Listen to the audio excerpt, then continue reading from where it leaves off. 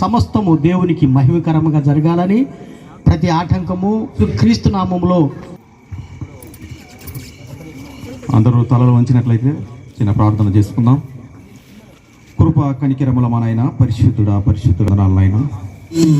అందాల తార అరుదించే నాకై అంబర వీధిలో అవతారమూర్తి యేసయ్యా కీర్తి అవని జాటుచు శాశ్వతమైన కృపతో నన్ను నడుపుచున్నావే.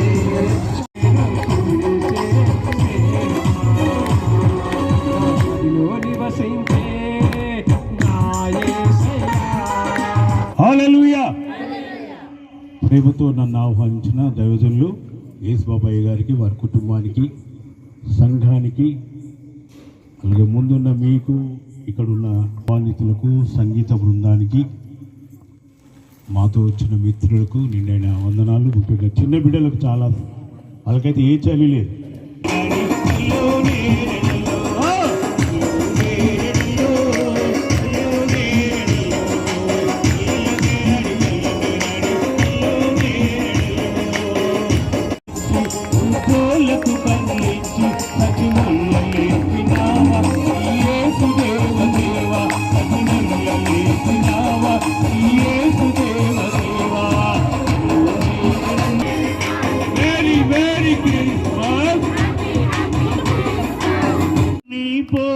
మట్టి బొమ్మమాయ శరీరం భోజనులార మట్టిలోనే కలసిపోవరో.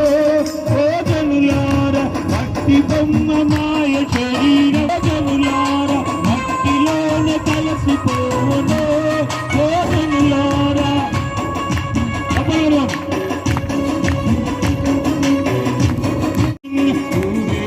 గట్టినగా రావు నీకు తప్పదన్, రావు నీకు తప్పదన్, ఎంత నీచరారు ఎవ్వరో. భోజనులార ఎంత నీచరారు ఎవ్వరో. భోజనులార అంతలోన యాతికుడావో. భోజనులార ఎంత నీచరారు ఎవ్వరో. భోజనులార ఎంత నీచరారు ఎవ్వరో. భోజనులార లోకములో బ్రతుకు చూడవో. భోజనులార లోకములో బ్రతుకు చూడవో. భోజనులార happy happy Christmas, merry Christmas, happy happy Christmas, merry Christmas. నాయనా మన లైఫ్ కాటేతో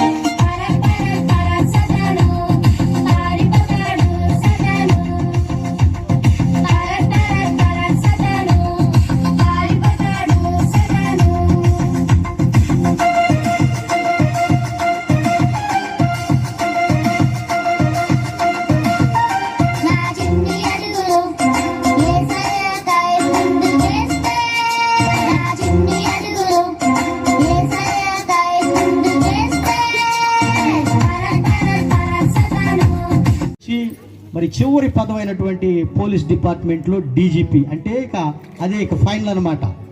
ఆ పోస్ట్ వరకు వెళ్ళారు వారు. మరి మా ఊరు పక్కనే తెనాల దగ్గర కూచిపూడి గ్రామంలో జన్మించి చదువుకొని మరి చక్కగా ఐపీఎస్ సాధించి మరి గొప్ప పదవులు దేవుని కృప వలన వారు ఈరోజు మన మధ్య ఉండటం చాలా సంతోషం. వారిని చప్పట్లు కొట్టి మనము స్టేజీ మీదకి ఆహ్వానించుకుందాం. వెల్కమ్.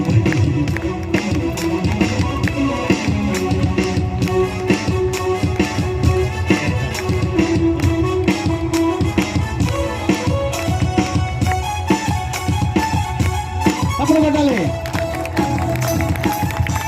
బక్కా ఏలియా గారు అంటే 2 తెలుగు రాష్ట్రాల్లో మరి సుపరిచితులు, అందరికీ తెలిసినటువంటి వ్యక్తి. ఇప్పుడు దాకా మనల్ని పాట వాళ్ళు ఎంతగానో మరి సంతోషపెట్టారు, అట్లాగే దేవుని మహిమపరిచారు. వారికి పైకి హల్లెలూయా. చాలా చాలా సంతోషం. జోసఫ్ గారు మన మధ్య ఉన్నారు. వారిని కూడా మా టీంలో మరి ఒక పెద్దగా మాకుండి మమ్మల్ని ముందుకు నడిపిస్తున్నారు. మరి ఈ మధ్య కాలం ఆస్ట్రేలియా నుంచి వచ్చారు. మరి గత 6 నెలలు ఆస్ట్రేలియాలో ఉండి మరి రావటం జరిగింది. చాలా సంతోషం. అయ్యా మీరు కూర్చోండి.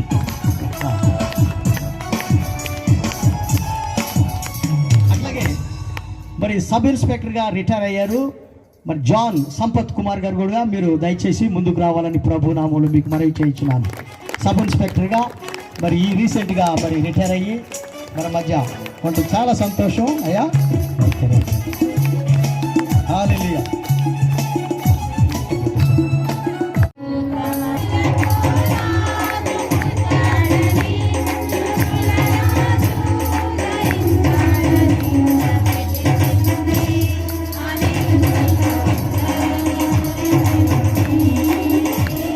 మరి పిలిచిన వెంటనే నవీన్ గౌడ్ గారు మన మధ్యకు వచ్చి ఉన్నారు.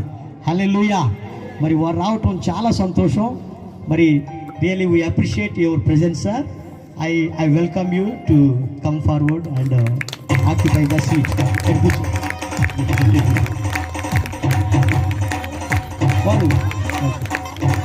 వారు ఎంతో ఇనిషియేట్ తీసుకొని ఎమ్మెల్యే గారిని సహకారంతో మా కాలనీకి మరి రోడ్లు, డ్రైనేజ్ సిస్టాన్ని మరి తీసుకురావటం జరుగుతున్నది. ఆల్రెడీ మీరు చూసి ఉంటారు, చాలా బాధలు పడ్డాం. ఆ రోడ్డు వేసేసారు, ఇంకా కొన్ని పెండింగ్స్ ఉన్నాయి, అవి కూడా తొందరలో ముగిస్తారు.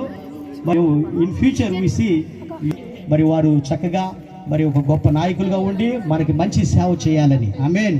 అట్లాగే వారికి మంచి ఆరోగ్యం ఇవ్వాలని కూడా మీరు వ్యక్తిగత ప్రార్థనలు చేయాలని ప్రభునామములో మీకు మనవి చేయించున్నాను. కంటెస్టెడ్ కార్పొరేటర్, అంతకుముందు కార్పొరేటర్గా కంటెస్ట్ చేసినటువంటి వ్యక్తి, వినయశీలుడు, సౌమ్యుడు, చాలా మంచి వ్యక్తి. మరి చక్కగా మరి నన్ను పలకరిస్తూ ఉంటాడు, మరి నాకు సహకరిస్తూ ఉంటాడు. మరి వారు మన మధ్య ఉండటం చాలా సంతోషం. Really I appreciate. ఇంద్రయ్యన్న please come forward and occupy the seat. హల్లెలూయా.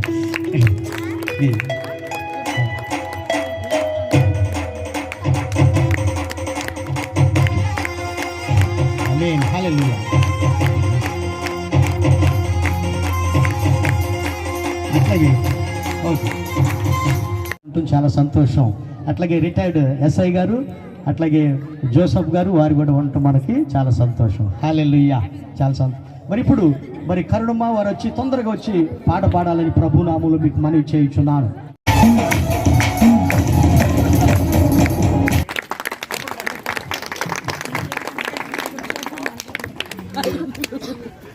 సభా అధ్యక్షులు యేసుబాబు గారికి, వేదికపై కూర్చున్న రిటైర్డ్ డీజీపీ గారు, వివిధ పర్సనాలిటీస్, మా ఇంద్రన్న గారికి, సీనియర్ నాయకులు, ప్రతి ఒక్కరికి కూడా ఇక్కడికి వచ్చేసిన వివిధ కాలనీ నుంచి వచ్చేసిన సోదరిమణులకు, మా మెహర్ బాబా అసోసియేషన్ వాసులకు కూడా పేరు పేరున ధన్యవాదాలు తెలియజేస్తూ క్రిస్మస్ శుభాకాంక్షలు తెలియజేస్తా ఉన్నా. ఈ యొక్క క్రిస్మస్ పండుగ, ఈ యొక్క పవిత్ర పండుగ ప్రేమ, శాంతి, ఐక్యత, మానవత్వం వంటి విలువలు మనకు గుర్తు చేస్తూ ఉంది. ఈ శుభ సందర్భంలో మనమంతా ఒకటై పరస్పర గౌరవంతో, స్నేహభావంతో ముందుకు సాగాలని కోరుకుంటున్నాను. సీనియర్ నాయకులు వారు మనకెంతో మిత్రులు, వారిని బట్టి నేను సంతోషిస్తున్నాను. దేవుడు వారిని, వారి కుటుంబాన్ని దీవించును గాక. ఆమేన్. మరి నవీన్ గౌడ్ గారు ఇచ్చినటువంటి గ్రీటింగ్స్ని బట్టి వందనాలు సార్. ఈ సభకు అధ్యక్షత వహించినటువంటి మా సోదర సమానులు పాస్టర్ యేసుబాబు గారు మరియు వేదిక మీద ఉన్న పెద్దలు, రిటైర్డ్ డీజీపీ గారు, మిగతా పెద్దలు మరియు యువ నాయకులు, ఈ డివిజన్ టీఆర్ఎస్ పార్టీ అధ్యక్షుడైనటువంటి నవీన్ గౌడ్ గారు, ఈ సమావేశానికి ఎదుటి వారి పట్ల ఎప్పుడు కూడా సేవాభావం కలిగినటువంటి వ్యక్తి యేసుబాబు గారు మాకు అప్పుడప్పుడు కలుస్తుంటారు. ఎవరికైనా ప్రాబ్లం ఉన్న, చిన్న సమస్య ఉన్నా వెళ్తుంటారు. నిస్వార్థంగా పని ఇలా మంచిగా మనందరం కలిసి జరుపుకునే పండుగ. ఎందుకంటే యేసుక్రీస్తు అంటే త్యాగానికి ప్రతిరూపమైన, ఎదుటి వాళ్ళ కోసం ఆయన తన శరీరాన్ని, తన జీవితాన్ని త్యాగం చేసినటువంటి మహానుభావులు మన యేసు గారు. ఎందుకంటే త్యాగం అంటే ఫస్ట్ గుర్తుకొచ్చేది మన యేసు ప్రభు మాత్రమే. ఆయన మనందరి కోసము, లోక కళ్యాణం కోసము తనకు శిలువ వేసి మేకులు కొట్టిన, వీధుల పంటి ఊరేగించిన, ఎన్ని బాధలు పెట్టిన, రక్తం చిందిస్తున్నా చిరునవ్వుతోనే వాళ్ళతో సమాధానం చెప్పాడు. కానీ పల్లెత్తి మాట అనలే. అటువంటి త్యాగనిరతి గల వ్యక్తి ప్రపంచంలో ఇంకెవ్వరు కూడా లేరని నేను మనం చేస్తాను. అందిస్తారు. మరి ఆ సందేశాన్ని మనం శ్రద్ధగా విందాం. ఆమేన్.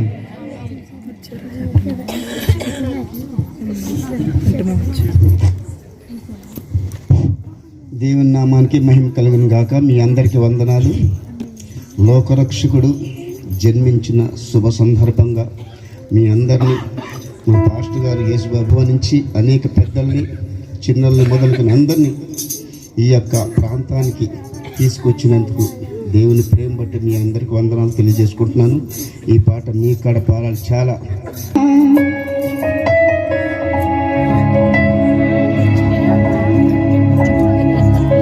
యుగం మారినా ప్రేమ సంకల్పం సర్వలోక కళ్యాణమే, క్రీస్తు శాంతి సందేశం, సర్వలోక కళ్యాణము, క్రీస్తు శాంతి సందేశం. తరం మారినా, యుగం మారినా, ఇది శాశ్వత మానవాళి తరం మారినా, యుగం మారినా,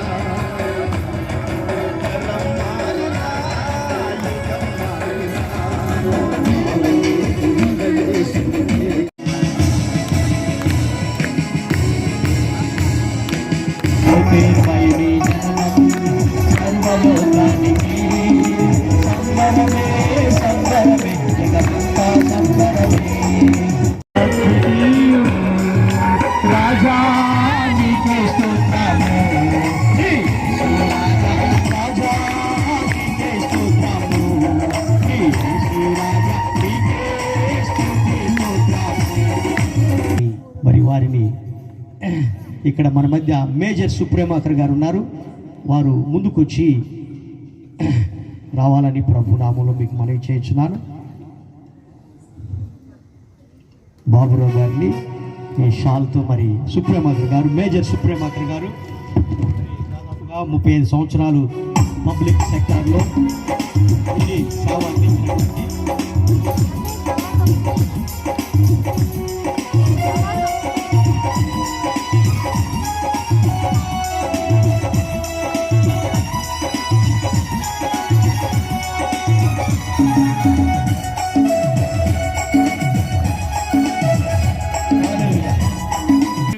ఈ శుభ సంతోషంలో ఇవ్వటానికి వచ్చినటువంటి నీ దైవజనులు డీజీపీ బాబురావు గారిని నైనా నీ యొక్క శక్తితో నింపి మా అందరికి స్వర్తమానం అందించమని, వారిని నైనా నీ యొక్క ఆత్మతో నడిపించమని, అయా ఈ కార్యక్రమం అంతటినీ నీ యొక్క ఆత్మతో నడిపింపబడి నీ బిడ్డగా మరి యేసుబాబాయి గారు ఇంత ప్రయాసపడి నీ ఏర్పాట్లు చేస్తుండగా ప్రభా, వారి మినిస్ట్రీని, కుటుంబాన్ని, మినిస్ట్రీలో పాల్గొన్న ప్రతి ఒక్కరిని మీరు ఆశీర్వదించమని, ఇక్కడ పాల్గొన్న ప్రతి ఒక్కరిని కూడా నీ యొక్క ఆశీర్వాదాలతో నింపి పంపుమని, మాకు నీ యొక్క క్రిస్మస్ సందేశాన్ని అందించే అయ్యగారిని మరలా మీ చేతికి అప్పగించుకుంటూ వేదికను అలంకరించినటువంటి పాస్టర్ ఎల్లి గారు, పక్క ఎలియా గారు, స్థానిక సంఘ కాపరి గారు అయినటువంటి యేసుబాబు గారు, సంఘ పెద్దలు, ఇక్కడ ఈ క్రిస్మస్ సెలబ్రేషన్స్ జరుపుకోవడానికి వచ్చినటువంటి సంఘస్థులు అందరికీ కూడా ప్రభు అయిన యేసుక్రీస్తు నామంలో వందనాలు తెలియజేసుకుంటా ఉన్నాను. చాలా క్లుప్తంగా సువర్తమానాన్ని చెప్పమని చెప్పి పాస్టర్ గారు చెప్పకనే చెప్పారు. కాబట్టి ఆల్రెడీ 9 అవుతుంది అనుకుంటాను, ఎగ్జాక్ట్లీ 9 అవుతుంది. సాధ్యమంత క్లుప్తంగా నేను దేవుని యొక్క వర్తమానాన్ని చెప్పడానికి ప్రయత్నం చేస్తాను. బైబిల్ మొత్తంలో అన్నిటికంటే సువర్తమానము అత్యంత క్లియర్గా చెప్పినటువంటి వచనాన్ని ఈరోజు మనం ధ్యానిద్దాం. యోహాను సువార్త 3వ అధ్యాయం తీద్దాం.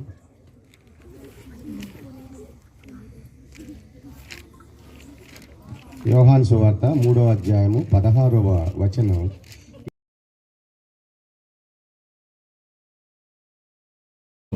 ఎంతో ప్రేమించెను కాగా ఆయన తన అద్వితీయ కుమారునిగా పుట్టిన వాని యందు విశ్వాసముంచు ప్రతి వాడును నశింపక నిత్య జీవము పొందినట్లు ఆయనను అనుగ్రహించాడు. పంపించాడు, పంపించాల్సిన అవసరం ఏమొచ్చింది? అయితే ఆయన యందు విశ్వాసం, ఎవరు నిత్య జీవానికి చూశాక ఇందాక పరలోక రాజ్యంలో ప్రవేశించడానికి మహిళలు చక్కటి స్కిట్ చేశారు, ఎవరెవరు పరలోక రాజ్యానికి ప్రవేశించడానికి అర్హులు అని చెప్పేసి. ఇక్కడ అది కూడా మనకి ఈ సువార్త ఈ ఒక వచనంలో చెప్తా ఉన్నారు. ఎవరు వెళ్తారంట పరలోక రాజ్యానికి? నశింపగా నిత్య జీవం పొందేవాళ్ళు ఎవరంట? ఆయన అద్వితీయ కుమారునిగా పుట్టిన వాని యందు విశ్వాసం ఉంచేటటువంటి ప్రతి వాడును నశింపక నిత్య జీవం పొందుతాడు. ఈ ఒక్క వచనంలో అనేకమైనటువంటి విషయాలు ఉన్నాయి. ఒక్కొక్క విషయాన్ని ఒక్కొక్క గంట మనం మాట్లాడవచ్చు. అయితే నేను 2-3 పాయింట్ల మీదనే దాదాపుగా క్లుప్తంగా మాట్లాడటానికి ప్రయత్నిస్తున్నాను. దేవుడు లోకమును ఎందుకు ప్రేమించాడు? ప్రేమించాల్సిన అవసరం ఏంటి? దేవుడు ప్రేమ స్వరూపి. 1 యోహాను 4:8 ఉంటుంది. దేవుడు ప్రేమ అయి ఉన్నాడు, ప్రేమ స్వరూపి. ప్రేమ అనేది ఆయనకు ఉన్నటువంటి ఒక క్యారెక్టర్. అది తీసేసే తగ్గేది కాదు, తర్వాత ఒకళ్ళు చెప్తే పోయేది కాదు. సో దేవునికి మాత్రమే ఉన్నవి. కాబట్టి ప్రేమ, పరిశుద్ధత ఈ 2 ఉన్నాయి. దేవుడు మొట్టమొదటిగా 6 రోజుల్లో, అంటే సమస్త సృష్టిని సృష్టించిన తర్వాత 6వ రోజున నరుణ్ణి సృష్టించాడు కదా. నరుణ్ణి సృష్టించినప్పుడు మనం ఆది కాండము 1వ అధ్యాయము 26, 27 వచనాలు ఎవరైనా చదువుతా ఉంటే బాగుంటుంది. మన పోలిక చొప్పున నరులను చేయుదము వారు సముద్రపు చేపలను ఆకాశ పక్షులను. 27 చూడమ తర్వాత. దేవుడు తన స్వరూపమందు నరుని సృజించెను దేవుని స్వరూపమందు వారిని సృజించెను. స్త్రీని గాను పురుషుని గాను వారిని సృజించెను. సో ఆరాధించాలని దేవుని వాక్యం చెప్తా ఉంది. ఆయనకి ఫిజికల్గా ఆయనకి ఒక రూపం అంటూ ఏమీ లేదు. మరి దేవుని స్వరూపమందు సృష్టించారు అంటే అర్థం ఏంటి? దేవుని స్వరూపమందు సృష్టించారు అంటే దేవుని యొక్క స్వభావాన్ని కొంత మనిషికి ఇచ్చాడు, దైవ స్వభావంతో పుట్టించాడు.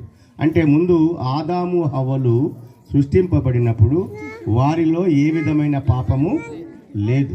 కేవలం దేవుని యొక్క స్వభావంతో పుట్టినటువంటి వాళ్ళు, పాపరహితమైనటువంటి వాళ్ళు. అయితే దేవుడు ఎంతగానో ప్రేమించాడు తన సృష్టిని, తాను సృష్టించినటువంటి మానవుల్ని ప్రేమించాడు.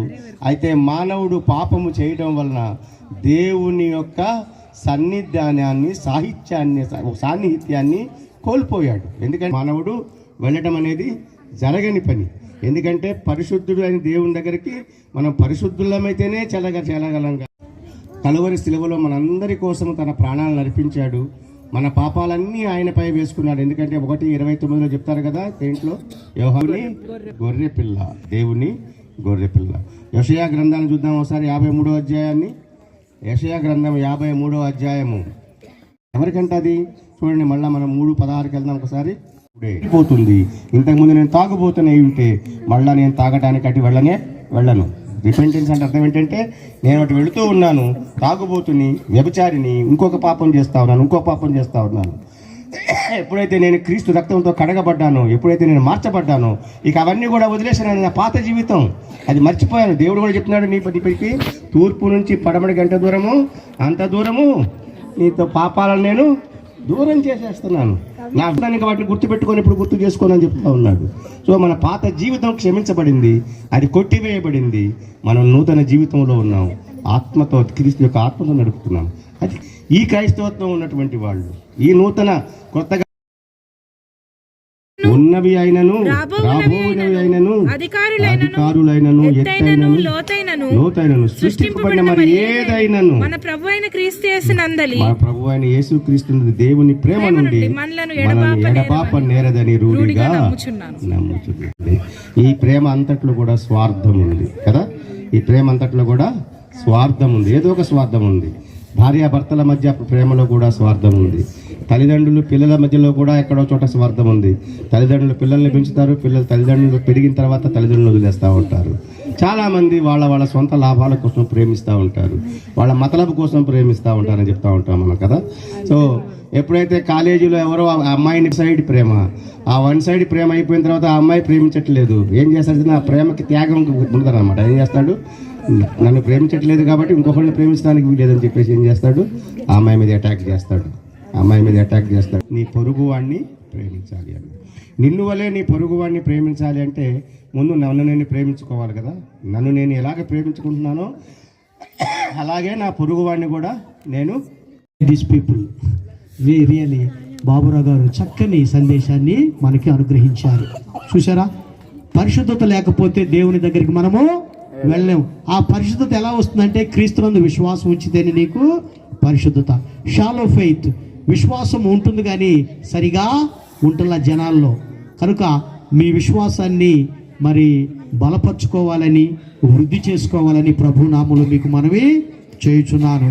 మరి చాలా చక్కని మరి కొత్తగా జన్మించాలంటే మారు మనసు పొందాలి. ఏదో ఆనాజానా కొంతమంది అట్లా ఉండకూడదు, మంచి విశ్వాసంతో ఉండాలని ప్రభునామములో మీకు మనవి చేయుచున్నాను. ఇంతకన్నా గొప్ప దేవుడు మీకు ఎక్కడా దొరకడు. రాలేదు రంగరిసినావా నా నావకు పట్టుకొని పోకుండానే చివరకు